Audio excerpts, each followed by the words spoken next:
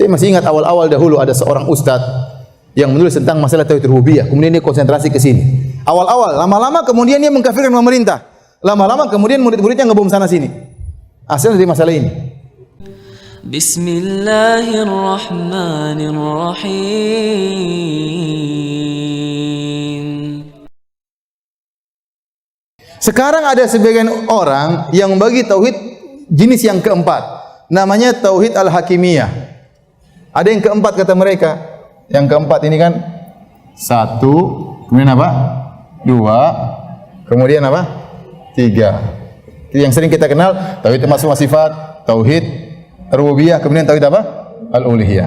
Ada yang membagi tauhid ar-rububiyah yang nomor empat. Empat tauhid al-hakimiyah. Al-hakimiyah.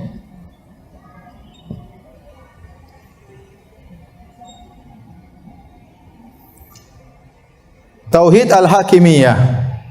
Maksudnya apa? Hukum hanyalah milik Allah Subhanahu wa taala. Hukum hanyalah milik Allah Subhanahu wa taala. Ini orang tersimpang dalam nanti kita bahas. Ini nanti pada bab ke-6 kita bahas khusus tentang masalah ini. Sekarang masih muqaddimah ya. Nanti bab ke-6. Insyaallah kita akan bahas masalah ini. Maksudnya apa?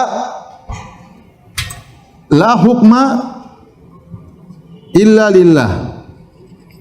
Tidak ada hukum kecuali milik Allah Subhanahu wa taala. Secara kontennya benar. Hukum itu hanya milik siapa? Allah Subhanahu wa taala.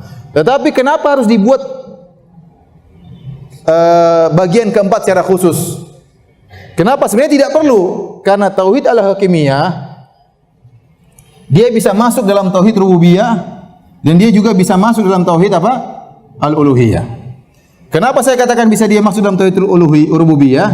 Kita bilang karena kita meyakini yang mengatur hanya siapa? Allah, dan yang berhak untuk mengeluarkan hukum hanya siapa? Allah. Maka tauhid al-hakimiyah sebenarnya termasuk dari tauhid apa? Rububiyah. Atau kita bisa masukkan dalam tauhid al-uluhiyah. Kenapa? Karena seorang tidak boleh berhukum dari sisi perbuatan hamba, seorang berhukum harus dengan hukum siapa? Allah. Maka dia masuk dalam tauhid apa? Uluhiyah. Paham Bapak? Saya bilang tadi tauhid al-hakimiyah ini bisa masuk ke rububiyah, bisa masuk ke al-uluhiyah. Kita katakan tadi tauhid rububiyah topiknya adalah tentang perbuatan Allah. Di antara perbuatan Allah yang berhak mengeluarkan hukum cuma siapa? Allah. Maka kalau begitu kita katakan tauhid al-hakimiyah tidak ada hukum kecuali hukum Allah bisa masuk dalam tauhid rububiyah. Tapi kalau kita tinjau dari perbuatan hamba, jadi tauhid al-uluhiyah, karena saya katakan tadi tauhid al-uluhiyah topiknya perbuatan siapa? Hamba. Hamba dituntut untuk tidak berhukum kecuali dengan hukum Allah. Maka ini bisa masuk dalam tauhid al-uluhiyah. Maksudnya seorang hamba harus berhukum dengan hukum Allah. Nah, kalau tauhid al-hakimiyah bisa dimasukkan dalam tauhid rububiyah atau dimasukkan dalam tauhid al-uluhiyah, maka tidak perlu pembagian khusus. Paham?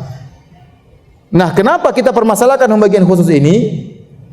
Karena ternyata orang-orang yang membagi tauhid secara khusus menjadi tauhid yang nomor 4 ini ada tujuannya dan bahaya. Yaitu dalam rangka mengkafirkan pemerintah, dan ini bahaya. Dalam rangka mengkafirkan pemerintah. Sehingga para ulama tegas tidak perlu pembagian ini. Kenapa? Karena ada masalahnya di sini. Sehingga mereka menganggap kalau ada yang berhukum tidak selain hukum Allah langsung kafir, musyrik. Bahkan mereka mengatakan ini lebih penting daripada tauhid yang lainnya. Benar, saya akan nukil dalam bab yang ke-6, bukan sekarang. Dia mengatakan bahasa ini lebih penting daripada yang lainnya. Maka muncullah sebagian orang yang kemudian ngebom sana, ngebom sini, dan itu terjadi. Pembahasannya masalah ini.